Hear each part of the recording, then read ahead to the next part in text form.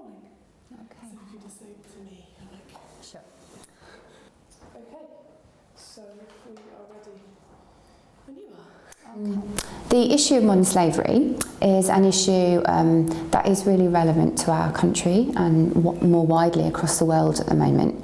The UK government a few years ago talked about figures of between 10 and 13,000 potential victims of modern slavery in our country of the UK.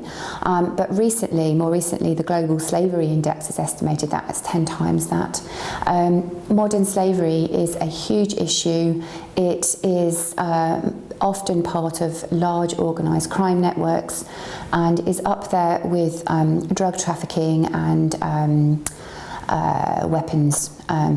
So it generates a lot of money for people who are willing to treat men, women and children as commodities. Adavu is part of the Birmingham Methodist District, and it was set up 2011 with the aim of being a local response to modern slavery within our region.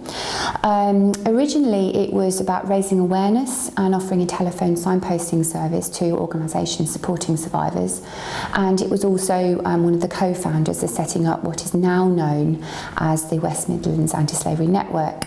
But it has evolved since then, since we have appreciated the need for longer term support for survivors of modern slavery, and we specialise in adult men and women. So we, about just over 2 years ago, we've been offering an aftercare service to men and women living in the West Midlands region who are survivors of modern slavery. And so we help them with emotional and practical support to help them rebuild their lives in the longer term. So in reality, that means helping them access education, ESOL training. Most of our clients have got really serious mental health issues as well as physical conditions that need to be supported and managed. I would say that all our clients, and we have at the moment, we have about 44 open cases, but over the course of the last 2 years we've supported 86 clients, and pretty much all of them have experienced or are experiencing post-traumatic stress. We are recently setting up a drop-in service for clients as well as visiting them, yeah, we're also active in terms of raising awareness on a policy level, raising awareness within the media, and also being a voice for our survivors and making sure their voices are heard. Rebuilding their lives is a really long and complex process. It's not a straightforward process and it's not a short process. So, for example, they can quite often take 1 step forward and 2 steps back. It is a really long, complex process, and a very sensitive one, and takes a lot of effort and patience with everybody to support our survivors to really move forward. But they can move forward, and they do move forward, and we have seen many people flourishing in their new lives.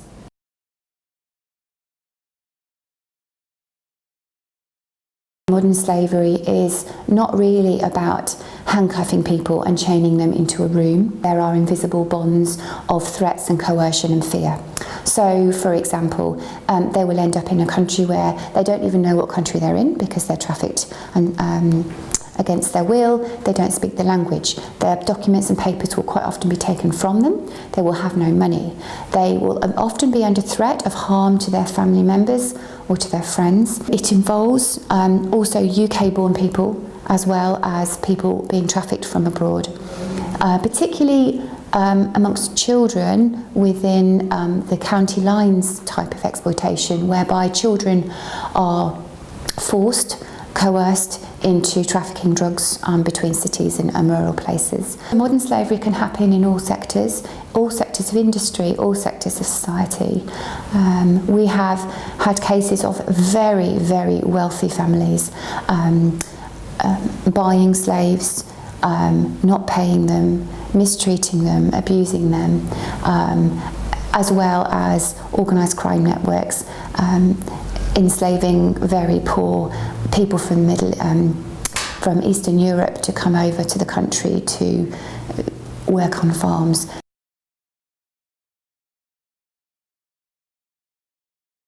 I think the first thing that people can do is to be vigilant. So keep their eyes open and be aware of the fact that modern day slavery is existing probably within our own communities, on our doorsteps. So for example, your local car wash. If it's charging a really low rate, the chances are that it's not paying the employees the going rate. If you get your nails done at a nail bar, that's a potential area for modern slavery. If you get your driveway brick paved, that again is another area. Meat processing, meat packing factories, salad packing factories, all of those are a potential where people might come in and be trafficked and forced to work and then give their wages over. You can donate or you can fundraise, and funds are always needed to enhance the support that we're offering to our survivors.